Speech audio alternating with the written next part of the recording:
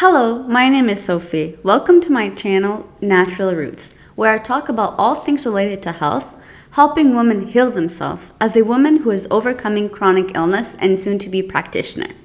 Before we start, I want to ask you a couple of questions. Are you the person that sleeps 8 hours a night and still wake up feeling tired? Or how about when it's that time of the month, you are faced with unbearable pain, you can't even get out of bed? I'm going to tell you the worst thing in all of this. It is not the symptoms that you are experiencing. It's the fact that you think that this is normal. I'm here to tell you that common does not equal normal. In our society, we have normalized it to be feeling bad every single day. If you are here today, this means that a small part of you is wondering whether or not you're in the best health state that you can be. Stay tuned as I dive deeper into this topic today. Most people are unwell and don't even know it. Somehow, the only definition that we had when we were kids or growing up is you are only sick if you need to go to the hospital or if you need to visit your doctor. I'm here to tell you that this is false. Chronic illness is very real. More than 60% of the American population is living with at least one chronic illness. Some may even be living with 2 or 3 or even more. That's more than half the population. That's insane. Literally, more than half the population is dealing with a chronic illness. Let's also keep in mind that this percentage only represents the people that have been diagnosed with a chronic illness. So this means that they had to go to their doctor, explain their symptoms, their doctor validating their symptoms, and also getting a diagnosis.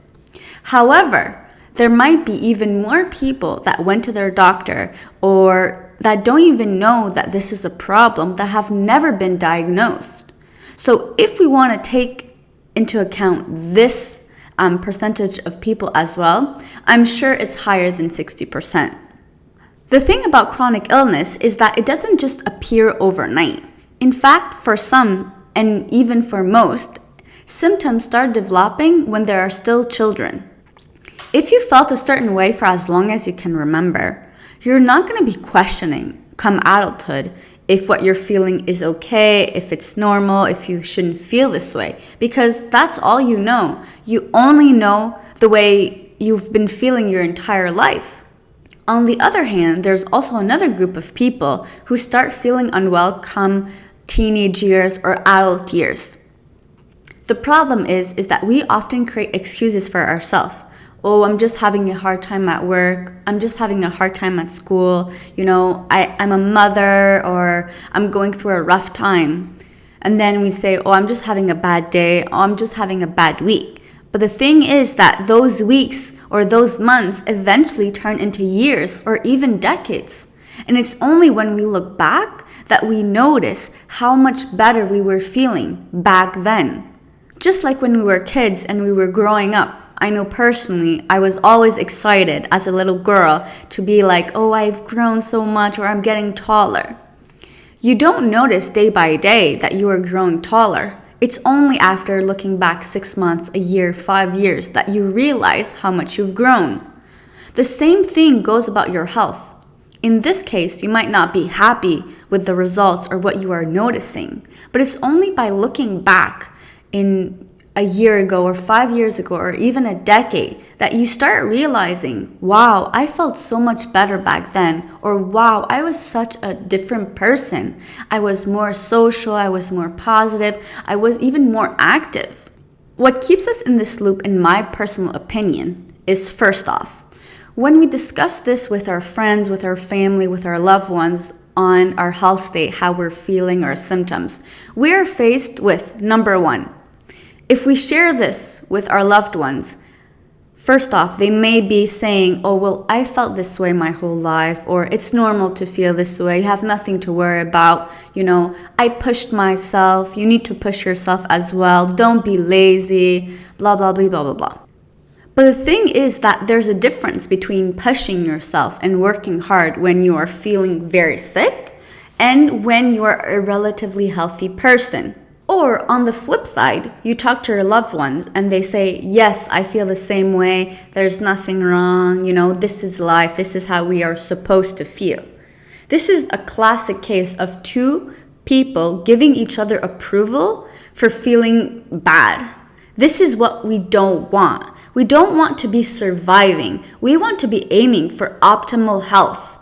And it's not by comparing ourselves to most of the population, like I mentioned earlier, where 60% of Americans are living with at least one chronic illness, right? We want to be comparing ourselves to people who are in their optimum health. So by asking your friends or your family how they're feeling or if what you're feeling is normal, you might be asking another person who is chronically ill, has an autoimmune disease, if they're feeling well. You don't want to be comparing yourself to that person, right? At least I know I don't. Now, let's talk for a minute about blood work. When you go to the doctor and they offer you your results, you will see a reference range right beside your result. And it's based on this that your doctor determines if, you're low or you're high or how your health is, correct? So based on this number, if you're on the low side or if you're on the high side, it will obviously depend on which marker are they looking at. Sometimes it's good to be on the low side, sometimes it's good to be on the high side. But generally speaking, you don't want to be very low on something or very high on a result. But my question is, how is this reference range determined? Well, actually, they take a group of people that are relatively healthy, which means that have not been diagnosed with a disease or a chronic illness or whatever the case may be. But as we know now that it's not everybody that hasn't had a diagnosis that are necessarily healthy, correct? They might be suffering with symptoms, they might be having issues with their health, but it's just that they don't have a diagnosis. So potentially, there are people that are feeling unwell that are in this reference range, correct? That the results are based on this reference range. So are we comparing our results to other people who are having the same symptoms as us? Or are we comparing ourselves to people that are in their optimum health? This is why, if you've ever noticed, the reference range are very large, right? Obviously, the results will differ whether you're a child, whether you're a woman, or whether you're a man. But still, the reference range is very large. So it's pretty much impossible for someone to be feeling their best when they're on the very, very low end, and someone else to be feeling their best when they're on the very high end for the same marker. So what we should be doing is we should be looking for the optimal range. Are we falling? Is our result falling in the optimal range, or are we outside of it?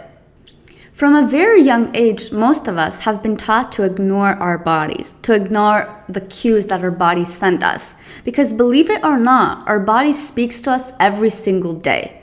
From the moment you wake up, from how you sleep, from your personality.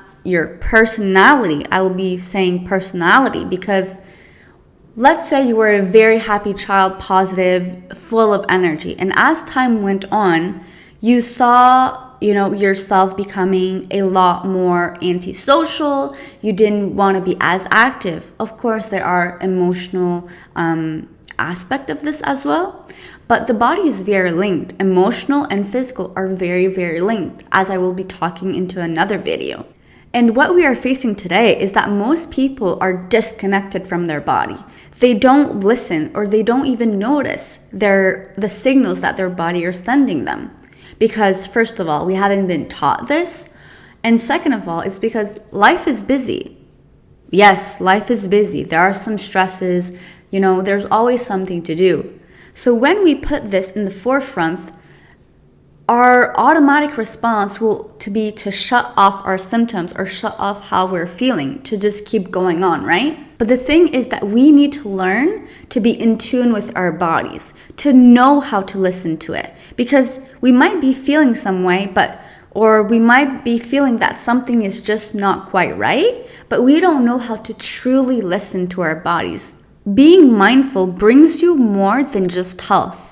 It brings you many other things, but let's focus on the health aspect for now. When you start noticing your health declining, it will not take you years or even decades to start making adjustments to your health. You're gonna change your life, change your habits, change your lifestyle, or whatever support that you may need. It will not take you forever, right? So when you start noticing something is just not quite right, it will not take you such a long time to go back to your baseline because you caught it quickly. But let's say you let yourself have symptoms for years and years and years and years, and then you wake up and you're like, wow, like my health state is definitely not where I want it to be. Keep in mind that it will take time for the body to repair itself. If I gave you a pill and magically all your symptoms went away, it's not your body magically functioning overnight. It's the pill making you feel this way. And we don't want to be dependent on any pill because this is a placebo effect. Even though the pill may be working right now, when it's out of your system, you will not feel this way anymore. We want your body to be working optimally. We want your body to support your daily functions. Healing your body takes time, patience, and perseverance. If you've been feeling unwell for quite some time, don't expect all your symptoms to magically disappear overnight. Understand that it will take time for your body to find balance again. But guess what? Time is going to pass anyways, whether you are doing something for your health or you're not. And time passes way faster when you are noticing improvements in your health. You feel good about yourself. It motivates you to keep going because you see all the progress that you've made up until that point. In conclusion, let's not compare ourselves to other people, our loved ones, our family, our friends. Let's see what the optimum health we can be in. Let's keep on taking actions to reach that. Let's be mindful. Let's listen to our bodies. Let's listen to what our body is trying to tell us that we've been shutting off maybe for many, many, many years. Your body is literally designed to heal itself. Know that it takes time, but it will reach that point. With consistency comes results. Thank you for joining me today, and don't forget to like and subscribe if you want to see my upcoming videos.